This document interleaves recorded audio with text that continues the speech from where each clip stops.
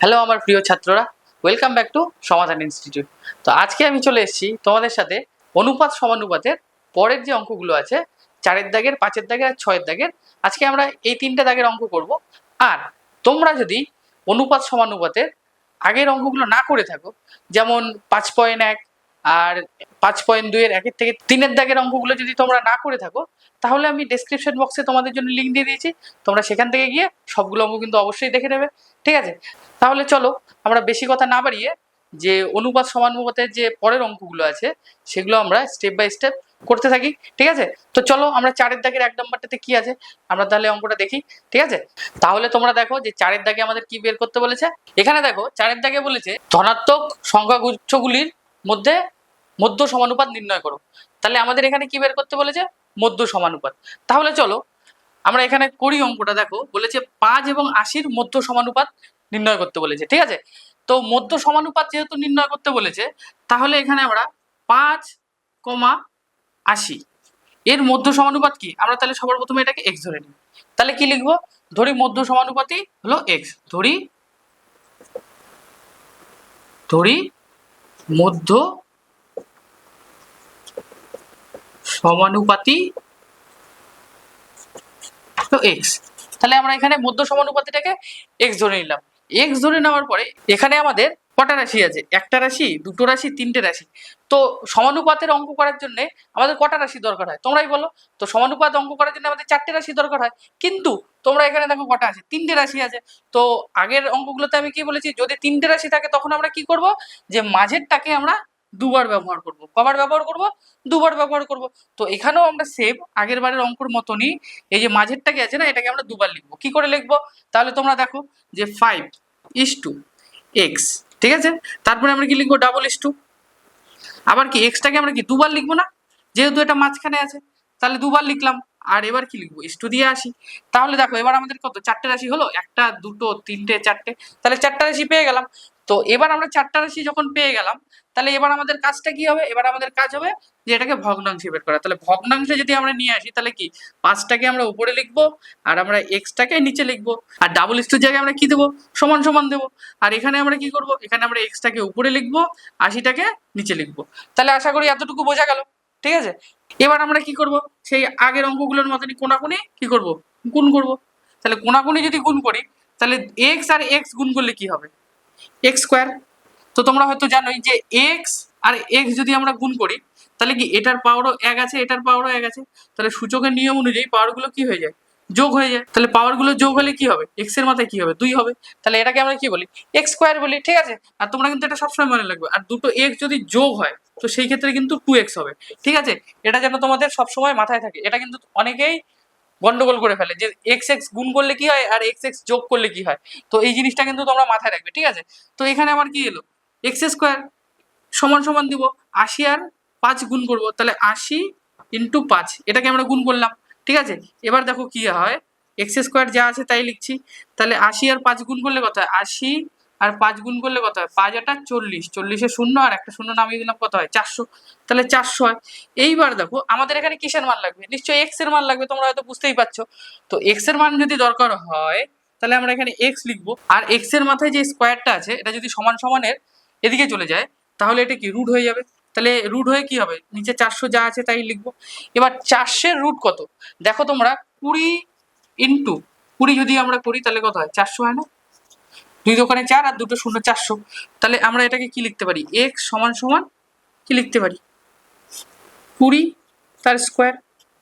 তাহলে এখানে আমরা কি স্কোয়ারের রুট তুলে দেবো। তাহলে স্কোয়ারের রুট তুলে দিলে কত থাকবে? 20। তাহলে এখানে x সমান সমান কত? 20। তাহলে এটাই আমাদের অ্যান্সার। তাহলে আমরা উত্তরটা কি লিখবো? যে নির্ণেয় মধ্য সমানুপাতটি হলো 20। তাহলে এটাই আমাদের অ্যান্সার। তাহলে আশা করি তোমরা এই অঙ্কটা বুঝতে পারলে। দেখো মধ্য সমানুপাত নির্ণয় করা কতটা সোজা। শুধু আমরা এই যে মাঝখানে এবং এর জায়গায় আমরা সবার প্রথমে একটা x ধরে নেব, যেহেতু মধ্য সমানুপাত বলেছে, তার মানে কি দুটো সংখ্যার মাঝখানে আমরা x ধরে নিলাম, ঠিক আছে? এবার x যখনই আমরা ধরে নিলাম, তখনই আমাদের কয়টা রাশি হলো? 3টে রাশি হলো, একটা, দুটো, তিনটে।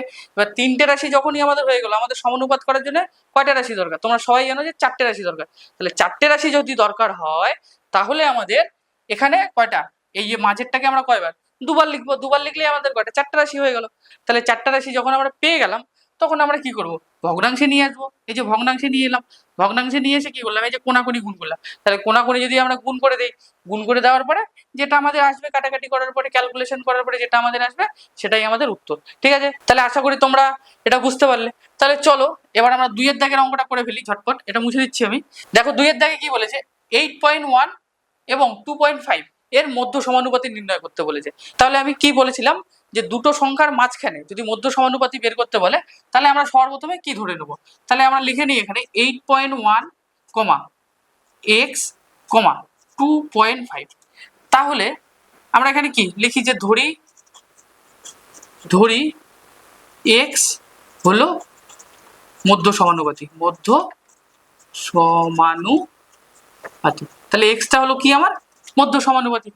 এবার আমি কি বলেছি, যে এখানে দেখো তিনটে রাশি আছে, একটা দুটো তিনটে, এই তিনটে রাশিকে আমার কি করতে হবে, সমানুপাতের জন্য নিতে গেলে চারটে রাশি দরকার। কয়টা? চারটে রাশি দরকার, বারবার বলছি মনে রাখবে। তো চারটে রাশি যখন দরকার হয়, তখন আমরা কি করি, মাঝখানেরটাকে কবার লিখি, দুবার লিখি। ঠিক আছে, তাহলে মাঝখানেরটাকে আমরা কবার লিখবো, দুবার লিখবো। অনুপাত দিয়ে আমরা কবার লিখবো, ইস্টু দিলাম। ঠিক আছে, এবার এক্সটাকে একবার লিখলাম, এবার আমরা ডাবল ইস্টু দিলাম। ঠিক আছে, এবার আবার দেখো এক্সটাকে লিখলাম। ঠিক আছে, আবার ইস্টু দিলাম, 2.5 লিখলাম। ঠিক আছে, দেখো এবার চারটা রাশি হলো তো, একটা দুটো তিনটে চারটে। তাহলে এবার আমরা অনুপাত করতে পারবো সহজেই। তাহলে এবার আমরা অনুপাত করার জন্য এর পরের স্টেপটা কি, পরের স্টেপটা হলো এটাকে আমরা ভগ্নাংশে নিয়ে যাবো। ভগ্নাংশে কি হবে, এই দুটো রাশি আছে, এই দুটো রাশির 8.1টাকে আমরা উপরে লিখবো, এক্সটাকে আমরা নিচে লিখবো। ঠিক আছে, আবার ডাবল ইস্টুর জায়গায় আমরা কি দেবো, সমান সমান দেবো। এবার এই দুটো রাশির মধ্যে কি করবো, ভগ্নাংশ করলে এক্সটাকে আমরা উপরে লিখবো আর 2.5টাকে আমরা নিচে লিখবো। ঠিক আছে, তাহলে আশা করি এতটুকু বোঝা গেল। এইবার যেরকম আমরা ক্যালকুলেশন করি, এবার আমরা কি কোনাকুনি গুণ করবো, এটা দিয়ে এটাকে গুণ করবো, এটা দিয়ে এক্সটাকে গুণ করবো। তাহলে যদি এটা দিয়ে এটাকে গুণ করি, দুটো যদি আমি এক্স গুণ করি, তাহলে কি হবে, তাহলে আমি আগের অঙ্কটাতেই বললাম যে এক্স যদি আমি গুণ করি দুটো এক্স, তাহলে হবে এক্স স্কোয়ার। কি করে হয়, কারণ এই এক্স এর মাথায় পাওয়ার কত, এক আছে, এই এক্স এর মাথায় পাওয়ার কত আছে, এক। তাহলে সূচকের নিয়ম অনুযায়ী পাওয়ার সবসময় কি হয়, যোগ হয়। তাহলে এটা কি হবে, এক্স তার স্কোয়ার, তাই তো। তাহলে আমি এই দুটো গুণ করছি, গুণ করলে কি হবে, এক্স স্কোয়ার সমান সমান 8.1 ইন্টু 2.5। ঠিক আছে, এতটুকু বোঝা গেল। এইবার আমরা কি করব, এই দেখো এখানে স্কোয়ারটা আছে না, এই স্কোয়ারটাকে যদি আমি তুলতে যাই, তাহলে কি করতে হবে, সমান সমানের এই পাশে আমাকে রুট করতে হবে। তাহলে এক্স লিখলাম, স্কোয়ারটাকে আমি তুলে দিচ্ছি, এখানে আমি কি করে দিলাম, রুট করে দিলাম। রুট করে দিলে কত হবে, 8.1 ইন্টু 2.5। এইবার আমরা কি করব, দেখো এখানে এখানে আমরা দেখো কি করব, এই দেখো একটা দাগ দিয়ে দিচ্ছি, এই দেখো দশমিকটাকে তুলে দেবো। তাহলে দশমিকের জন্য একটা এক, এটার জন্য একের জন্য একটা শূন্য, আর এখানে দেখো আবার ইন্টু দিচ্ছি, এই দশমিকের জন্য একটা এক, আর এই পাঁচের জন্য একটা শূন্য। তাহলে আশা করি এই জায়গাটা বোঝা গেল। এখানে আমরা কি করলাম, দশমিকটাকে তুলে দিলাম। এইবার দেখো আমরা কি করব, এক্স সমান সমান রুট।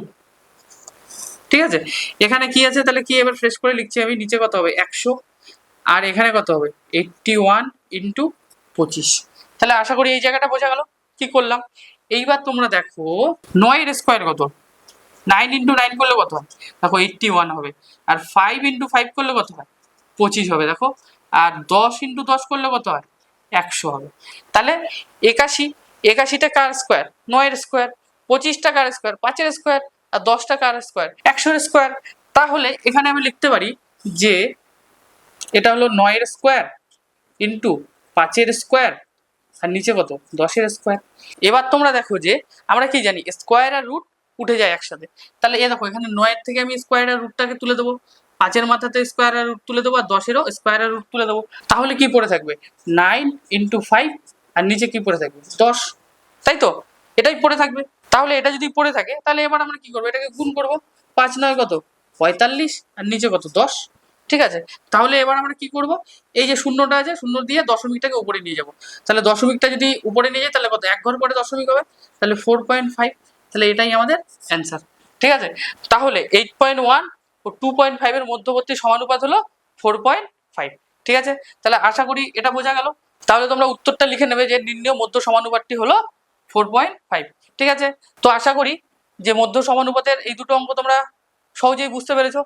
যদি তোমরা বুঝতে পেরে থাকো, তাহলে কমেন্টে একটা ডান লিখে দাও, তাহলে আমি বুঝতে পারবো যে তোমরা অঙ্কগুলো বুঝতে পেরেছো। তাহলে চলো এবার আমরা 4-এর দাগে 3 নম্বর অঙ্কটা দেখি, যে 3 নম্বর অঙ্কটাতে কি বলেছে। ঠিক আছে, দেখো 4-এর 3 নম্বরটাতেও আমাদের কি বের করতে বলেছে, মধ্য সমানুপাতি বের করতে বলেছে। এবার তাহলে মধ্য সমানুপাতি বের করতে বললে আমরা কি ধরবো, দুটো সংখ্যার মাঝখানে আমরা সবার প্রথমে এক্সটাকে ধরে নেব। ঠিক আছে, তাহলে চলো আমরা লিখে নিচ্ছি যে এক্স কিউব ওয়াই কমা মাঝখানে আমি এ ধরে নিলাম। এ কেন ধরলাম, আমি এখানে এক্স কেন ধরলাম না, কারণ এখানে দেখো অলরেডি এক্স আছে, তাই আমরা আর এক্স এটাতে ধরবো না।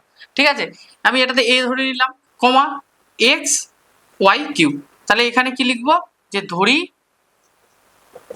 এ হলো মধ্য সমানুপাতি, মধ্য সমানুপাতি, তাই তো, এটা আমরা ধরে নিলাম।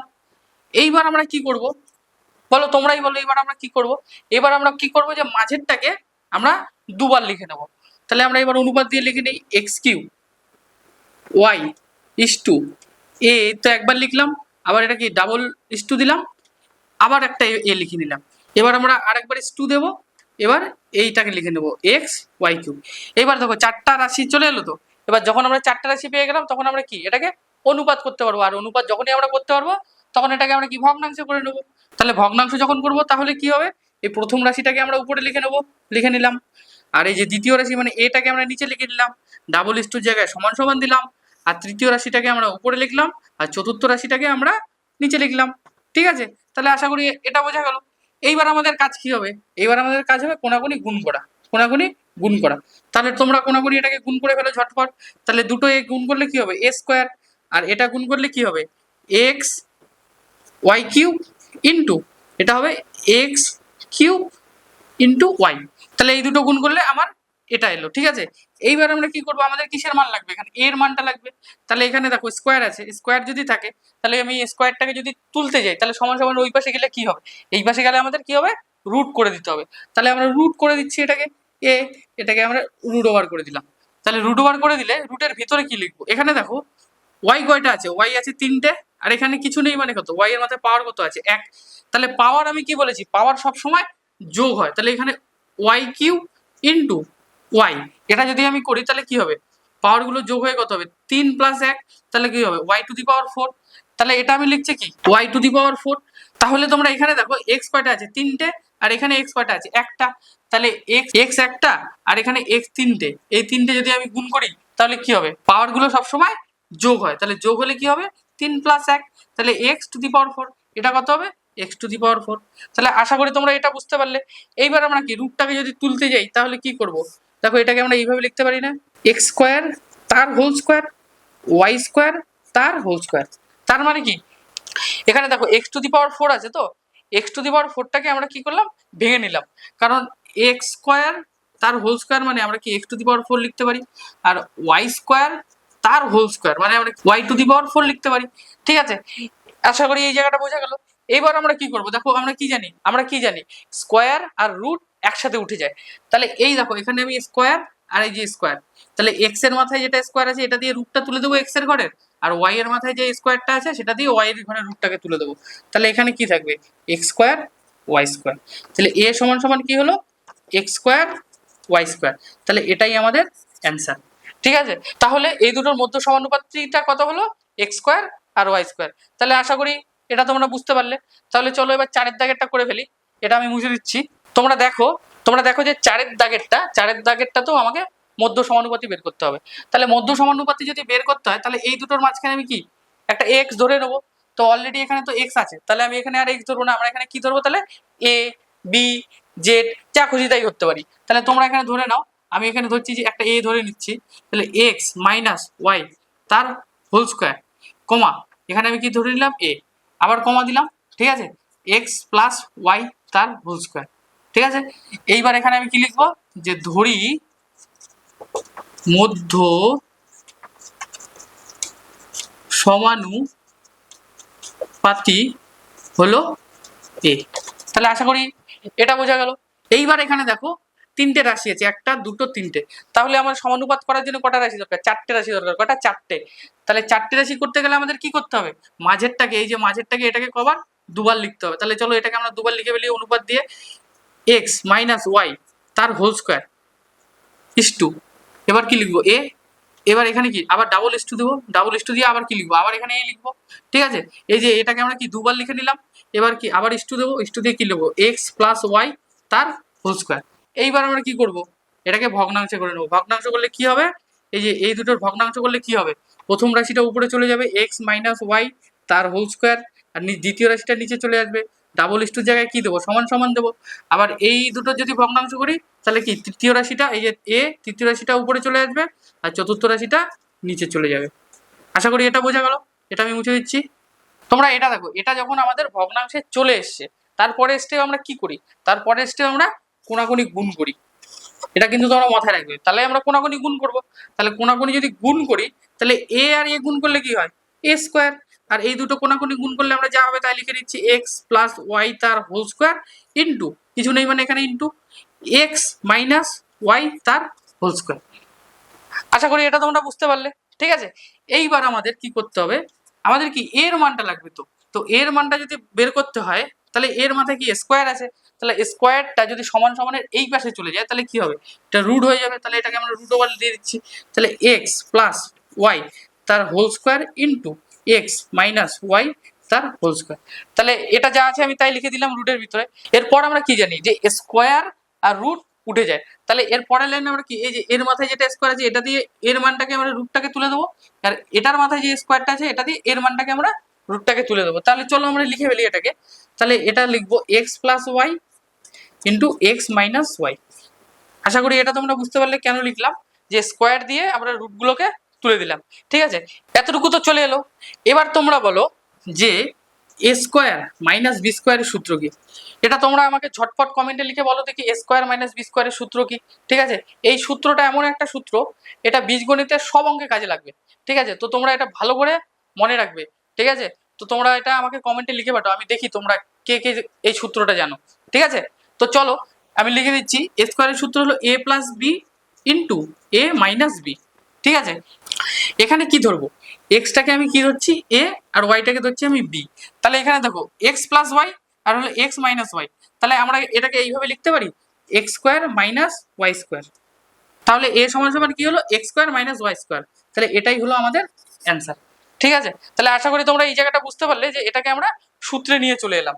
ঠিক আছে, তো দেখো অঙ্কগুলো কত মজার অঙ্ক আর কত সোজা অঙ্কগুলো। ঠিক আছে, তো অঙ্কগুলোকে দেখে তোমাদের ভয় পাওয়ার কিছু নেই। ঠিক আছে, তো আশা করি যে তোমরা 3-এর দাগের আর 4-এর দাগের অঙ্কটা খুব সহজেই বুঝে গেছো। যদি তোমরা বুঝে থাকো তাহলে কমেন্টে একটা ছোট্ট করে ডান লিখে দাও, তাহলে আমি বুঝতে পারবো যে তোমরা 4-এর দাগের বা 3-এর দাগের অঙ্কটা বুঝতে পেরেছো। আর যদি তোমাদের বুঝতে কোনো রকম অসুবিধা হয় তাহলে তোমরা কমেন্টে জানাও, আমি এই অঙ্কটা আবার করে দেবো। ঠিক আছে, তো চলো এবার আমরা দেখি 5-এর দাগের অঙ্কটা কি বলেছে। ঠিক আছে, তো 5-এর দাগের প্রশ্নটা তোমরা দেখো কি বলেছে, যদি a:b এবং c:d এই দুটি অনুপাত দুটি পরস্পর বিপরীতমুখী সম্পর্ক প্রকাশ করে তবে তাদের ব্যস্ত অনুপাতগুলি কি সম্পর্ক প্রকাশ করে। তাহলে চলো এটাকে আমরা করে ফেলি ঝটপট। তোমরা একটু দেখো মন দিয়ে। এখানে কি বলেছে, যদি a:b আর c:d এই দুটি অনুপাত পরস্পর বিপরীতমুখী সম্পর্ক প্রকাশ করে, তাহলে আমরা এখানে লিখি যে a:b। ঠিক আছে, এটাকে যদি আমরা ভগ্নাংশে করি তাহলে কি হবে a/b। তাহলে a/bটাকে আমরা কি ধরে নিই, x ধরে নিই। এটাকে আমরা x ধরে নিলাম, এটাকে আমরা ধরি x। ঠিক আছে, এইবার দেখো বলেছে এই দুটো সম্পর্ক কি বিপরীতমুখী প্রকাশ করে। তাহলে c:d তাহলে এটাকে যদি আমি ভগ্নাংশে করে নেই তাহলে কত হবে c/d। এটার বিপরীতমুখী মানে কি, এটা তাহলে কি হবে 1/x হবে। তাহলে আশা করি এই জায়গাটা বোঝা গেল। এখানে কি বলেছে যে সম্পর্কগুলি বিপরীতমুখী প্রকাশ করে। আমরা এখানে যদি x ধরি, এটাকে x এর বিপরীত কি হবে 1/x হবে, তাই তো। তোমরা এখানে দেখো বলেছে যে অনুপাত দুটি পরস্পর বিপরীতমুখী সম্পর্ক প্রকাশ করে। তাহলে এখানে a:b আমি যদি এটাকে x ধরি তাহলে c:d তার বিপরীতমুখী সম্পর্ক, বিপরীতমুখী সম্পর্ক মানে কি উল্টে যাবে না। তাহলে এটাকে আমি এই যে উল্টে দিলাম, তাহলে এটার সম্পর্কটা কি হলো বিপরীতমুখী সম্পর্ক প্রকাশ করে। এইবার বলছে কি তাদের ব্যস্তানুপাতগুলি কি সম্পর্ক প্রকাশ করে। তাদের ব্যস্তানুপাত বলছে এই দুটোর ব্যস্তানুপাতগুলি তার কি সম্পর্ক প্রকাশ করবে। তাহলে চলো এটা আমরা দেখে নিই একবার। তাহলে আমরা এখানে লিখে নেই যে x ও 1/x পরস্পর পরস্পর বিপরীত সম্পর্কে যুক্ত। ঠিক আছে, তাহলে দেখো x আর 1/x এটা মানে কি এই x আর 1/x এই দুটো কি পরস্পর বিপরীত সম্পর্ক যুক্ত। তাহলে আমরা এখানে কি লিখতে পারি, a:b এর ব্যস্ত অনুপাত কি হবে b:a। তাহলে b:, যদি a হয় তাহলে এটা কি এটা উল্টে যাবে না, তাহলে কি এটা কি 1/x হবে না। আর সি ইস টু ডি এর ব্যস্ত অনুপাত কি হবে? ডি ইস টু এ। তাহলে এটা কি, এই যে এখানে আমরা কি এটাকে 1/, ধরেছি না, তাহলে এটা কি উপরে এক্স চলে যাবে না? তাহলে এটা কি x/1 হবে না? তাহলে এই দেখো কি করলাম, যখন এটা আমি এ ইস টু বি এর ব্যস্ত অনুপাতটাকে উল্টে দিলাম তখন আমাদের এটা উল্টে গেল, এই যে এই জায়গাটা আমাদের উল্টে গেল। আর এই যে সি ইস টু ডি এর ব্যস্ত অনুপাত যখন হবে তখন ডি ইস টু এ, মানে D is to C, sorry এটা সি হবে, D is to C, D is to C হলে এটা আমাদের কি, এটা আমাদের উল্টে গেল। তাহলে দেখো যখন আমি এ ইস টু বিটাকে ব্যস্ত অনুপাতে করলাম তখন আমার এক্স এর মানটা কি উল্টে গেল, 1/x হলো। আর দেখো যখন সি ইস টু ডিটাকে আমি উল্টে দিলাম, ব্যস্ত অনুপাত করলাম, তখন দেখো এই এক্সটা আমার উল্টে গেল, 1/xটা আমার উল্টে গিয়ে কি হলো, x/1 হলো। তাহলে এটা কি, এটা কি সম্পর্ক প্রকাশ করে? এটা বিপরীত সম্পর্ক প্রকাশ করে। তাহলে আমরা এখানে উত্তর লিখতে পারি A is to B comma C is to D, ঠিক আছে, এদের ব্যস্ত অনুপাত অনুপাত গুলি বিপরীতমুখী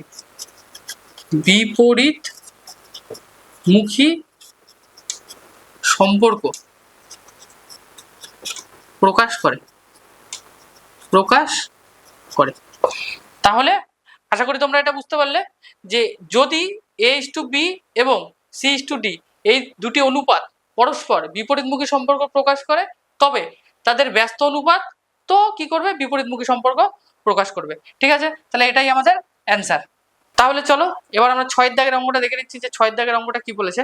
ঠিক আছে, বলেছে দেখো 3টি ক্রমিক সমানুপাতি সংখ্যা দিয়ে কটি ক্রমিক সমানুপাত গঠন করা যাবে হিসাব করে লিখি। ঠিক আছে, এবার এই অঙ্কটা করার জন্য আমাদের বুঝতে হবে যে ক্রমিক মানে এটা কি। ক্রমিক মানে হলো পরপর। কি মানে? ক্রমিক মানে হলো পরপর। ক্রমিক সংখ্যা মানে পরপর 1 2 3 4 মানে পরপর সংখ্যাগুলো যাবে, সেটাকেই আমরা কি বলি, ক্রমিক। তাহলে যদি আমি ধরি যে 3টি ক্রমিক সমানুপাতি, মনে করো a, b, c, এটা আমাদের ক্রমিক সমানুপাতি হলো, কারণ এটা হলো পরপর। মানে এই 3টি ক্রমিক সমানুপাত দিয়ে কটি ক্রমিক সমানুপাত গঠন করে যাবে সেটা আমাদের কাছে জানতে চেয়েছে। ঠিক আছে, এইবার এটা যদি ক্রমিক সমানুপাতি হয় তাহলে এটাকে যদি আমি অনুপাতে নিয়ে আসি তাহলে কি করে নিয়ে আসবো? তাহলে আগে আমরা এটাকে অনুপাতে নিয়ে আসি। তাহলে এটাকে আমরা লিখতে পারি a is to b, b is to c, এইভাবে লিখতে পারি। তাহলে এটাকে যদি আমি ভগ্নাংশে নিয়ে আসি তাহলে এটাকে আমি কি লিখতে পারি, a/b, b/c। এর থেকে আমরা বুঝতে পারলাম যে 3টি ক্রমিক সমানুপাত দিয়ে 2টি সমানুপাত গঠন করা যাবে। কয়টা গঠন করলাম আমরা? 2টি। ঠিক আছে, আর একটা জিনিস তোমরা মনে রাখবে যে যটি ক্রমিক সমানুপাত বলুক না কেন তার থেকে আমরা একটা ক্রমিক সমানুপাত আমরা গঠন করতে পারবো। তো তোমরা মনে রাখবে এখানে 4টি ক্রমিক সংখ্যা দিয়ে যদি গঠন করতে বলতো তাহলে আমরা তার থেকে আমরা একটা কম পেতাম, মানে জয়টা সংখ্যা দিয়ে আমাদের ক্রমিক সমানুপাতটা গঠন করতে বলবে তার থেকে আমরা কি একটা কম পাবো। ঠিক আছে, এখানে যদি বলতো যে 4টি সংখ্যা দিয়ে তাহলে আমরা কয়টা সংখ্যা পেতাম? তাহলে তোমরা দেখো 4টি ক্রমিক সংখ্যা আমরা কি ধরবো, a, b, c, d, এটা 4টা ধরলাম। তাহলে এটাকে যদি আমি অনুপাতে নিয়ে আসি তাহলে কি হবে, a is to b, b is to c, c is to d। এই দেখো 3টে পেলাম না, এখানে আমার 3টে অনুপাতে চলে এলো। এটাকে যদি আমি ভগ্নাংশে নিয়ে আসি তাহলে কি হবে, a/b, b/c, c/d। তাহলে এটা দিয়ে কটা, যে 4টি ক্রমিক সমানুপাত দিয়ে 3টি ক্রমিক সমানুপাত আমরা গঠন করতে পারলাম। তাহলে এটা তোমরা মনে রাখবে যে ক্রমিক সংখ্যা যটাই বলুক না কেন তার থেকে একটা ক্রমিক সমানুপাতি কম গঠন হবে। ঠিক আছে, আচ্ছা আরেকবার আমি বলছি যে ক্রমিক সমানুপাতি সংখ্যা যটাই সংখ্যা বলুক না কেন, 3টে 4টে 5টা 6টা যাই বলুক না কেন, তার থেকে আমরা একটা কম ক্রমিক সমানুপাত গঠন করতে পারবো। ঠিক আছে, আশা করি তোমরা এটা বুঝতে পারলে। তাহলে উত্তরটা কি হবে? তাহলে উত্তরটা হবে আমরা 2টি ক্রমিক সমানুপাত গঠন করতে পারবো। ঠিক আছে, তাহলে আমাদের এটা উত্তর হবে যে 3টি ক্রমিক সমানুপাত দিয়ে আমরা 2টি ক্রমিক সমানুপাত গঠন করতে পারবো। ঠিক আছে, তাহলে এই অঙ্কটা তোমরা বুঝতে পারলে। ঠিক আছে, যদি তোমাদের কোনো রকম অসুবিধা হয় তাহলে তোমরা কমেন্টে জানাবে। ঠিক আছে, তাহলে আশা করি তোমাদের 4 5 6 দাগের অঙ্কগুলো বুঝতে কোনো অসুবিধা হয়নি। যদি তোমাদের অঙ্কগুলো বুঝতে কোনো রকম অসুবিধা হয় তাহলে কিন্তু তোমরা অবশ্যই আমাকে জানাবে কমেন্টে, আমি সেই অঙ্কগুলো তোমাদের আবার বুঝিয়ে দেবো। ঠিক আছে, যদি তোমাদের অঙ্কগুলো ভালো লেগে থাকে তো একটা লাইক করে দেবে, কমেন্টে একটা ডান লিখে দেবে, ঠিক আছে?